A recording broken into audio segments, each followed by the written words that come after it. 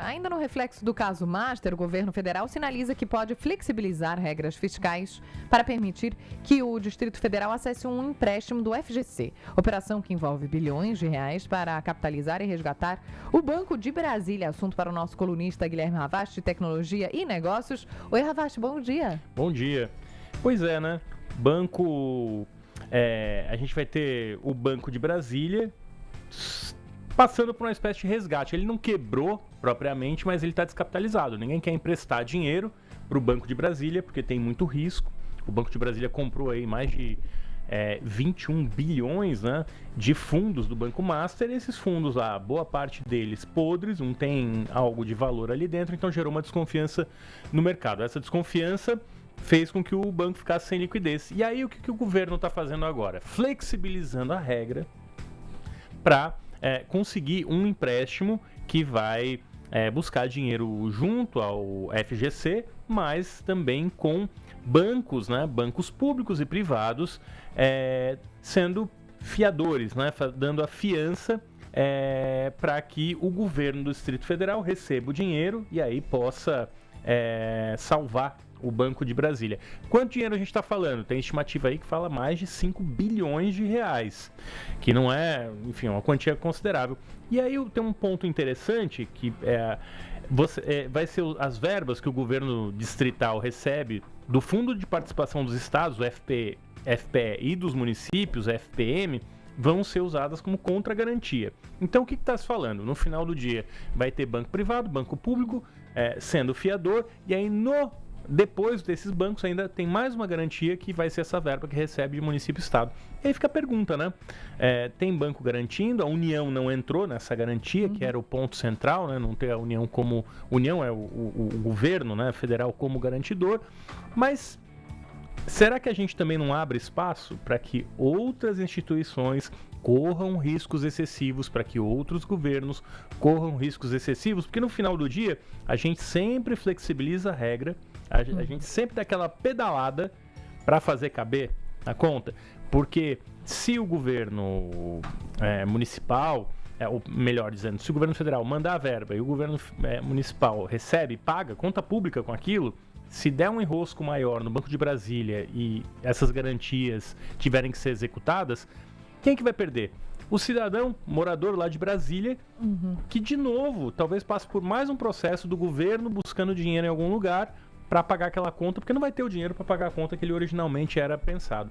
Então a minha crítica aqui é sempre a pedalada que a gente dá para flexibilizar o jeitinho para fazer caber na conta, e tudo isso aumenta o risco do país, aumenta a chance de a gente ter uma situação difícil, né? Difícil que de novo, dívida pública aumentando, juro alto, porque a gente não consegue confiar nas instituições. Valeu, Ravast. Sobre esse mesmo assunto, o Ravast está falando então sobre a possibilidade de salvação do BRB. Vamos falar do que levou o BRB ao ponto onde ele está, aqui com a nossa Dani Lima, porque ainda estamos a ponto de entender o que foi feito, como foi feito, e novas conversas que foram obtidas pela Polícia Federal entre Daniel Worcário, ex-presidente do BRB, Paulo Henrique Costa, mostram os detalhes das negociações entre eles. Dani, que conversas, hein, comprometedoras?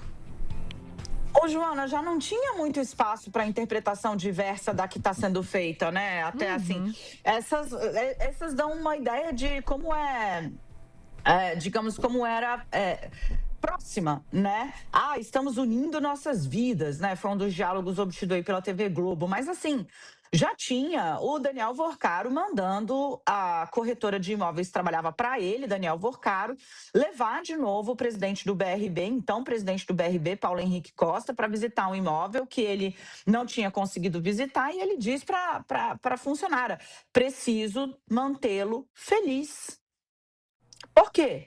Porque o cara estava simplesmente viabilizando, com base numa documentação que nem eu nem você conseguiríamos pedir crédito para o agiota da esquina, um aporte, né, de bilionário, de pelo menos já tinha liberado 12 bilhões para o Master e estava querendo comprar o banco, entendeu? Para poder salvar a operação que foi feita até ali. Então, não tinha muito espaço para uma interpretação diversa, tanto que o ex-presidente do BRB está negociando um acordo de delação premiada. Está, inclusive, negociando um acordo de delação premiada que preocupa bastante a elite política de Brasília, que, aliás, está em franco embate, né?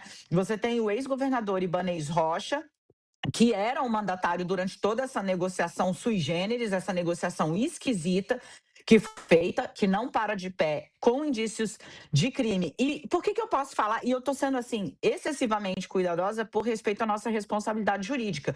Porque se você tem o ex-presidente do banco negociando um acordo de delação, ele tende a assumir crime para poder negociar a delação premiada. O delator sempre é um criminoso confesso.